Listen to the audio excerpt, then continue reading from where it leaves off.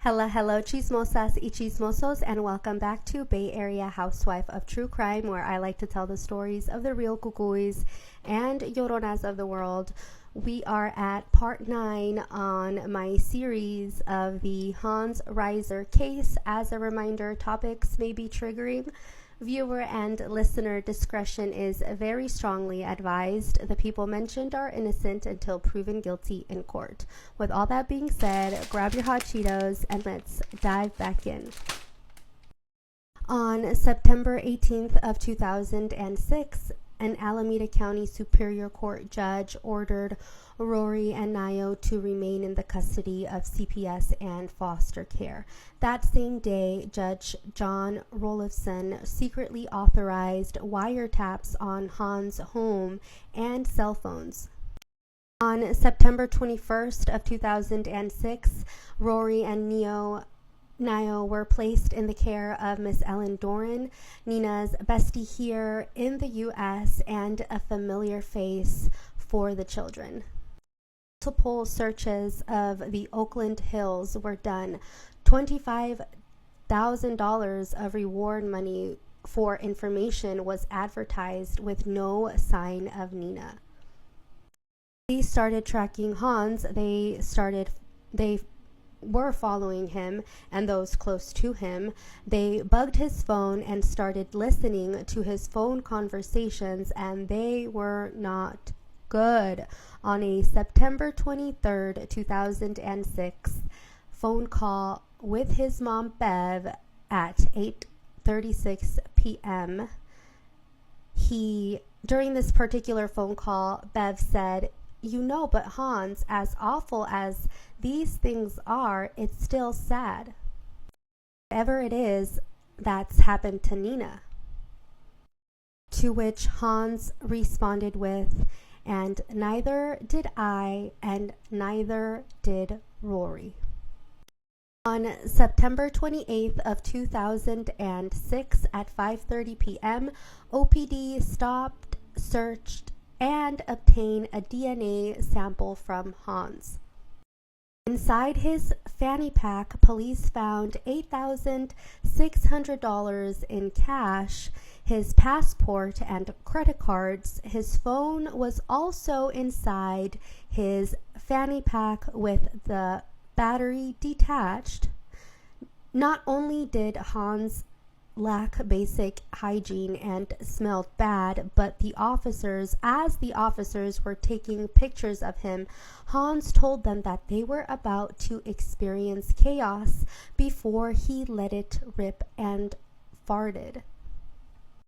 After this lovely exchange, he called a friend and actually had the utter audacity to say, and I quote, "The police have a lot of tactics that the Black community knows more about than we do.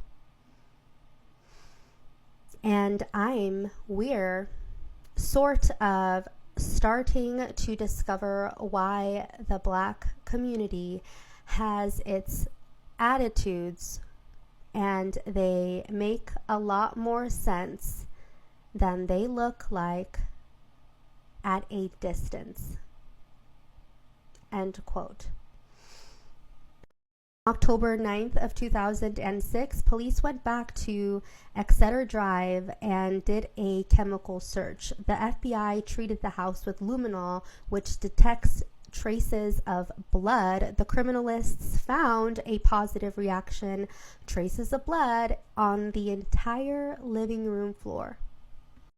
Despite all of the atrocious things Hans had done up to this point, it was not until October 10th of 2006 at 11:40 p.m. that the OPD finally had the legal authority to arrest Hans Thomas Reiser for suspicion of murder.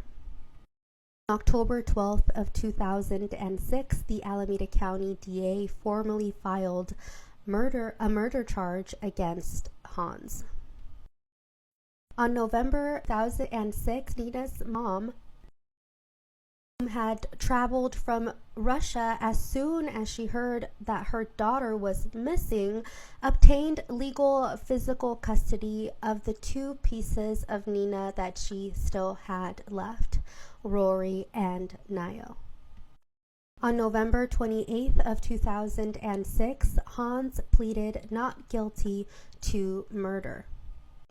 At this point, Dubois was still his criminal defense attorney, but he had hired and fired Dan Horowitz. I guess technically Horowitz withdrew from the case, citing Hans could no longer afford him. But Bill Dubois was quite a gem, ladies and gentlemen, when the same day outside the courthouse he told the press and public, and I quote, "For all he knew, Nina could be somewhere on the Black Sea enjoying a Stoli vodka."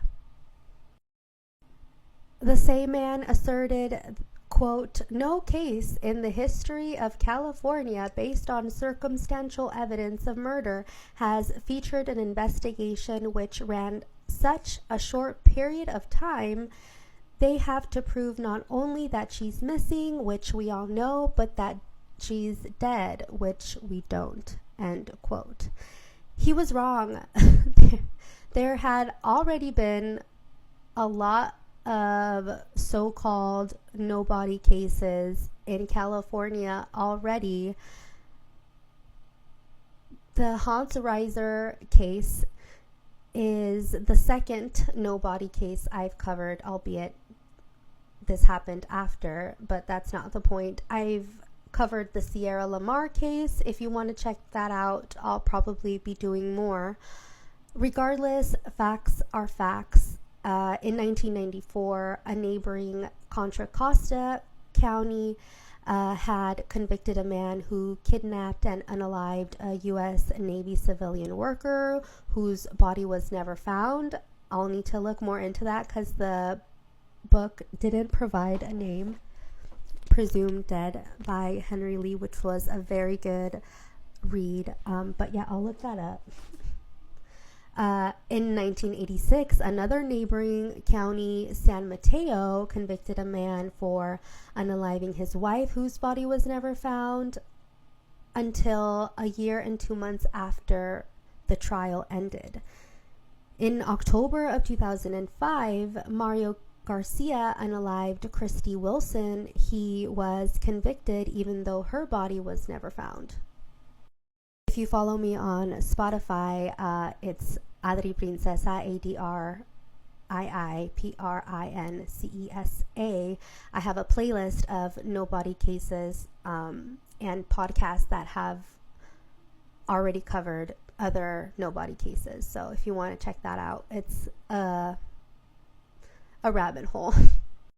On December 11th of 2006, at a preliminary hearing for the trial of the case, Judge Julie Conger ruled that only one pool still camera and one pool television camera be present and banned the filming of any civilian witnesses.